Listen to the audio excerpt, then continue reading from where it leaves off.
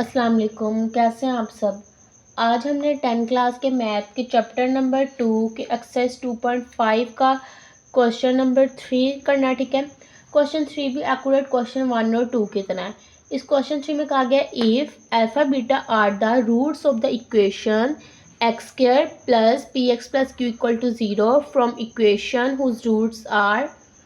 आगे हमें जो से दो पार्ट दिए हैं ए और बी। ठीक है ना, सबसे पहले आपको पता होना चाहिए कि x square plus p x plus Q हमें दिया हुआ है कि इसके यहाँ पे रूट्स निकालने यानी सम ऑफ रूट और प्रोडक्ट ऑफ रूट निकालने हैं। ठीक है, फिर जो हमें दो पार्ट्स दिए हुए हैं उससे हमने इक्वेशन बनानी है। अब सबसे पहले हमें ये इसका कहा है ना कि सम ऑफ रूट और प्रोडक्ट ऑफ रूट निकालने हैं। तो आपको पता है कि सबसे पहले हम ए बी और सी निकालेंगे। ए क्या है, कोफिशिएंट ऑफ एक्स स्क्वायर की जो वैल्यू होती है वो यानी वो ए होती है।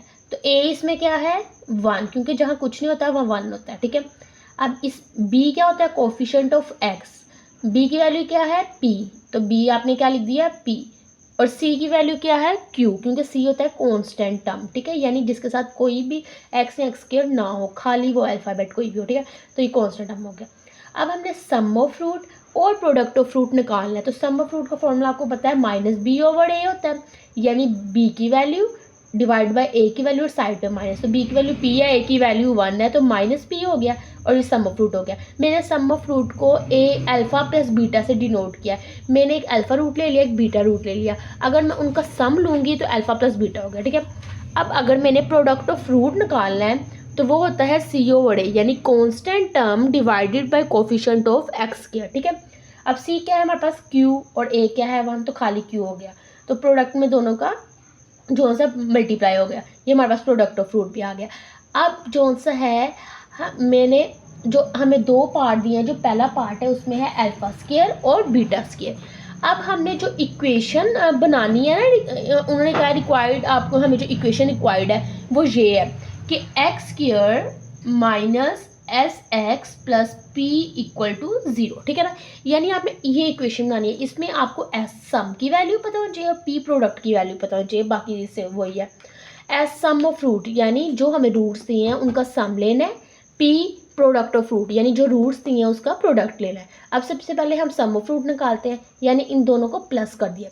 अब अल्फा स्क्वायर और प्लस बीटा स्क्वायर है, हमारे पास खाली अल्फा और खाली बीटा की वैल्यू नहीं है, यहाँ तो अल्फा प्लस बीटा की वैल्यू है या अल्फा बीटा की है।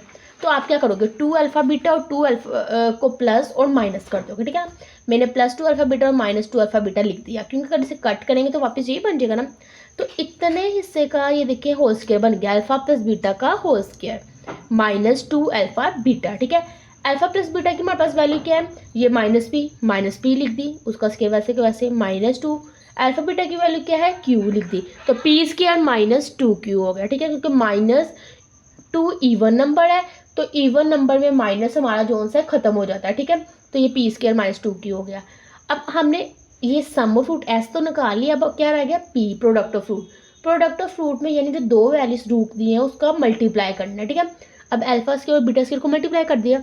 अब दोनों पे स्क्वायर था, मैंने उनको अलग से लिख दिया, मतलब अलग से लिख दिया, अल्फा बीटा दोनों के ऊपर ही लिख दिया। ठीक है, होल में। अब अल्फा बीटा की वैल्यू क्या है क्यू, तो क्यू का स्क्वायर, प्रोडक्ट का भी आंसर आ गया, सम का भी। अब इसी इक्वेशन में आपने इसको जो सा पुट कर देना, तो x square minus s x plus p equal to 0 minus s की वैल्यू क्या है सम की, पी स्क्वायर -2 क्यू लिख दी, एक्स प्लस प्रोडक्ट की वैल्यू क्या है क्यू स्क्वायर लिख दी। ठीक है, और ये हमारा आंसर आ गया है। ए पार्ट एक्यूरेट ऐसा था। ठीक है, अब हम चलते हैं इसके बी पार्ट की तरफ। ठीक है, अब हमने पार्ट बी करना है। पार्ट बी में अल्फा बीटा कोमा बीटा और अल्फा, यानी इन दोनों को प्लस करना है सम ऑफ रूट में। तो एलसीएम ले लिया, अल्फा बीटा आ गया, क्रॉस मल्टीप्लिकेशन आप कर लें, alpha square plus beta square हो गया। ठीक है, अब alpha square plus beta square हमने ए पार्ट यही था, हमने इसका सम ऑफ रूट निकाला तो मैंने वही आंसर लिख दिया। ठीक है, जिसे समझना है वो जो सा है ये ए पार्ट इसका पहले समझ ले। ठीक है, अल्फा बीटा के आंसर क्या है क्यू आ गया।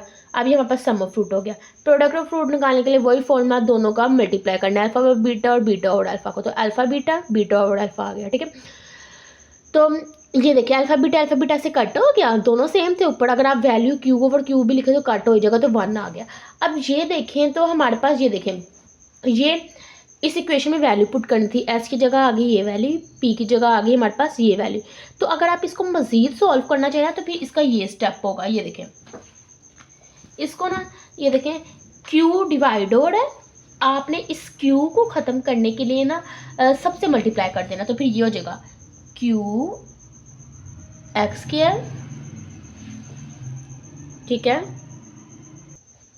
फिर आपने ऐसे लिखना है, देखिए दोबारा लिख देते हैं, क्यू को मल्टीप्लाई कर देना तो क्यू एक्स स्क्वायर माइनस ये वैसे का वैसे पी स्क्वायर माइनस 2q, और इधर भी प्लस क्यू इक्वल टू 0, ठीक है ना।